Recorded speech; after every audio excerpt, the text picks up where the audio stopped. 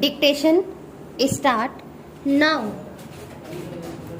Mr. Vice Chairman, I rise to support the resolution moved by my learned friend from the appointment of a Judicial Reforms Commission.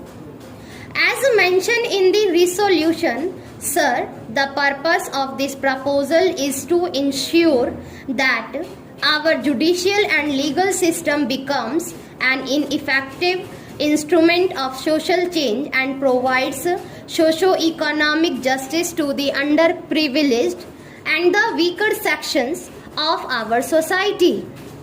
Sir, it is a fact and it is also a pity that despite the lapse of 67 years since our independence and despite the appointment of a law commission, we have not yet been able to evolve a legal system, a judicial system suited to our needs, and we are still guided by and large by the British system of law.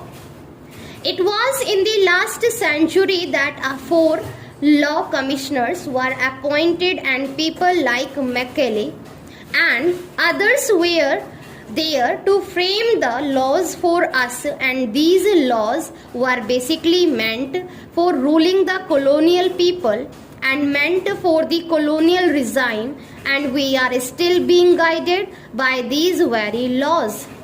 It is therefore very necessary that the entire laws of the country are looked into and a different system is evolved which will be suited to the needs of our country. Today, sir, ours is a socialist republic. The laws that we have enacted were originally those of the British and they were not meant for a socialistic republic. As I said earlier, they were meant for a British colony. But sir, today, the judicial system has to be an instrument of social change so that the society may be developed on the desired socialistic pattern. Otherwise, the very spirit of our constitution will be killed, and that is why it is felt necessary that a judicial reforms commission should be appointed to look into this very important matter. Sir, according to me, the judiciary is not merely an interpreter of law. The judiciary has a much more important obligation to perform. The judiciary in a democracy like ours is also the protector and the watchdog of the citizens' rights and privileges, and we find today that the judicial or the legal system as it stands today is entirely helpless. We cannot ensure justice for the common man, and we cannot do anything unless of course our people are in a position to understand their rights and privileges.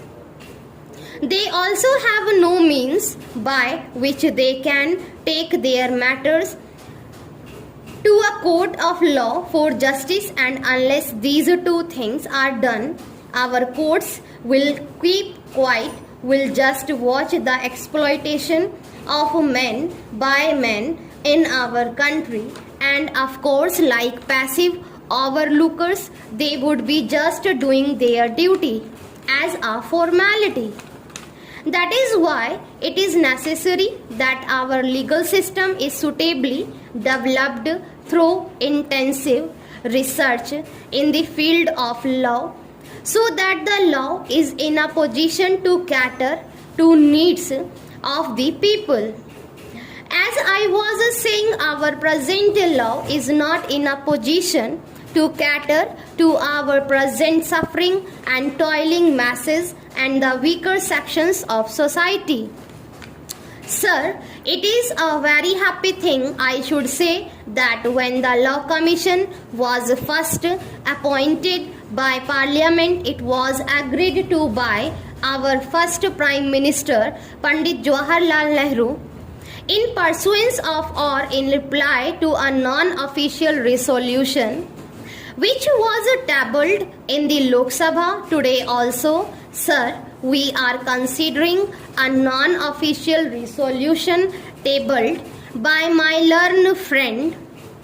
It was in 1954 that non-official resolution was tabled in the Lok Sabha suggesting the appointing of a law commission, and our learned and great Prime Minister Pandit Jawaharlal Nehru agreed to that resolution, in pursuance of which that law commission was ultimately appointed. It is said that the Law Commission should be appointed with a view to realize that justice is simple, speedy, cheap, effective and substantial.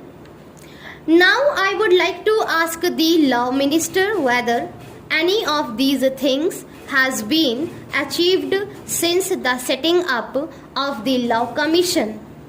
We have not been able to make justice speedy. We have not been able to make justice cheap. We have not been able to make justice effective, and we have not been able to make justice substantial. We have failed miserably in all these, and that is why today millions and millions of our country men who are not able to knock at the doors of justice on the temples of justice are not in a position to get social justice and economic justice. I am not talking of political justice, but socio-economic justice has to be ensured for the people of a welfare state or the people of a socialistic state which is still not there. Therefore, since our legal system is not conducive to the establishment of a socialistic pattern of society, the system has to be changed. A thorough research has to be done. The matter has to be probed into deeply.